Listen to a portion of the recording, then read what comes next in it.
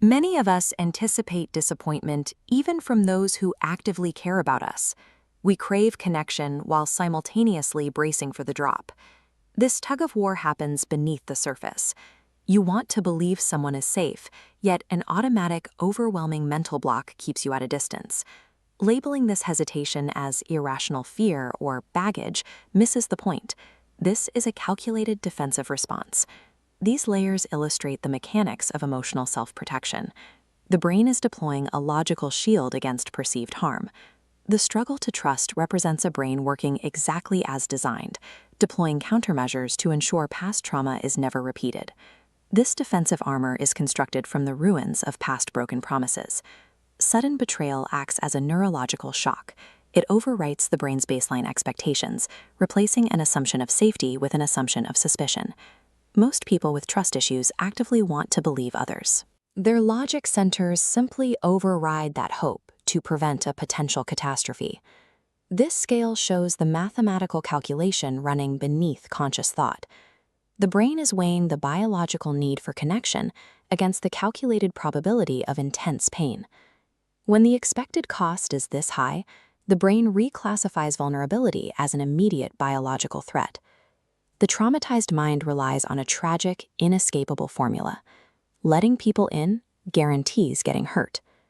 This internal risk assessment manifests as exhausting daily behaviors. Overthinking a simple text message is a form of early warning threat detection.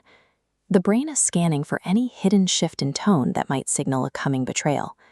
A quiet hum of anticipation stays present, a certainty that everyone will eventually leave. To prevent that pain, you withdraw from those you love. Expressing true feelings requires overcoming immense friction. Words often get held at an invisible checkpoint, even in environments that appear safe. This defense system lacks a manual shutdown switch. It treats a calm, loving evening with the same hypervigilance as an active crisis.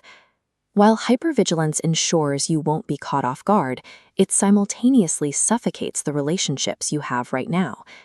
This diagram reveals the central paradox. The armor flawlessly deflects external attacks, yet it acts as a permanent emotional quarantine. Absolute emotional safety comes at the cost of chronic internal anxiety. You trade external threats for the rising pressure of isolation.